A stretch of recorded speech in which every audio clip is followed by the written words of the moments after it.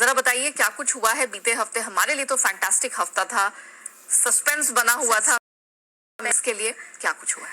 Good morning. वैसे suspense बना हुआ था, लेकिन हमने थोड़ा सा कमजोर हैंडओवर दिया था यूएस को, क्योंकि थोड़ा कंसोलिडेशन था फ्राइडे को, जो जिस हिसाब से रैली थी पूरे हफ्ते।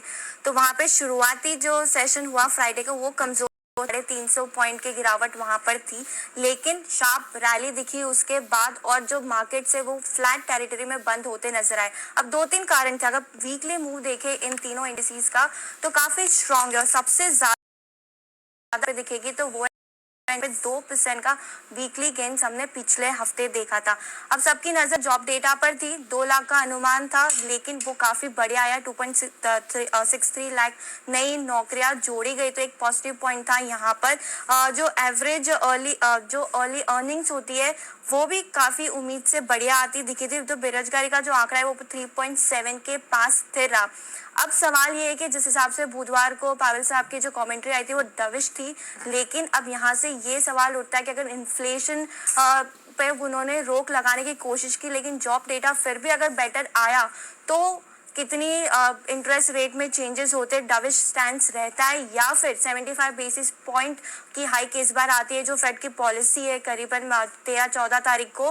तो ये एक इंपॉर्टेंट ट्रिगर बाजार जहां पर नजर रखेगा। कंफ्यूजन के स्टेट में अब फेड आ चुका है, क्योंकि जो जॉब डेटा है वो ओवर पावर करता है डविश पॉलिसी जो जिस हिसाब से बाजार लेके चल रहा था उसके ऊपर।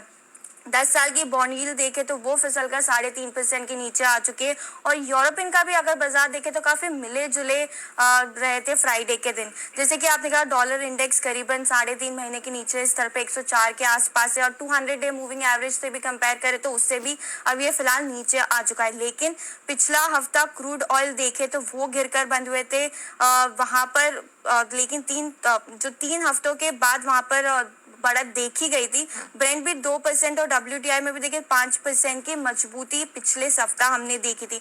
ओपेक की बैठक थी सैटरडे को, तो वहां पे कोई बदलाव नहीं आया। तो एक यहाँ पर नजर रहने वाली किस हिसाब से यहाँ से बाजार इससे देखते हैं। डिमांड सप्लाई की जो तस्वीर है वो साफ नहीं है, उसी के चलते यहाँ पे कोई भी चेंजेस नहीं किए। इनफैक्ट वो कोई भी इमरजेंसी मीटिंग के लिए तैयार है, तो ये इंपॉर्टेंट पॉइंट है। सोना चांदी देखे तो वहां पर भी काफी स्ट्रॉन्ग हफ्ता था, और जिस हिसाब से डॉलर इंडेक्स गिरा है तो मेटल्स भी फोकस में, और काफी मजबूत पिछला वीक निकला है मेटल्स के लिए, चाहे वो कॉपर हो या फिर एल्यूमिनियम। तो काफी बढ़िया हफ्ता था, काफी स्ट्रॉन्ग था, और फिलहाल एसजीएक्स भी देखे तो करीबन 40 पॉइंट के गेन के साथ ट्रेड करा है, और एशियन मार्केट्स भी काफी बढ़िया हरियाली के साथ सब कुछ ट्रेड कर रहे हैं।